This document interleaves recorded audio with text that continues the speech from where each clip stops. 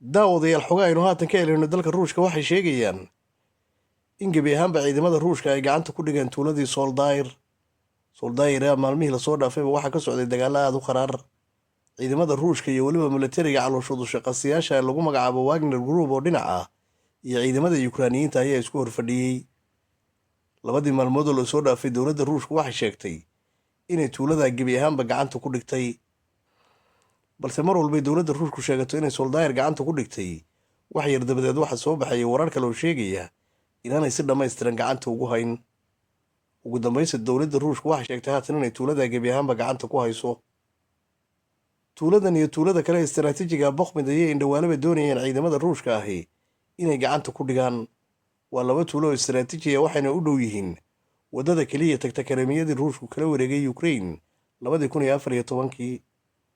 innaguse daawadayaal waxaynu indhaha ku haynaynaa had iyo gooraale wixii ka soo cusboonaada xaaladda dalka Ukraine. mar walbaanu helno warar saxanna si degdeg ayaanu idinla wadaagi doonaa. ku xirnaada kanaalka, hana ilaawinina inaad nala wadaagtaan aragtiyihiinna idinkoo isticmaalaya qaab kommentiya. mahadsanidin.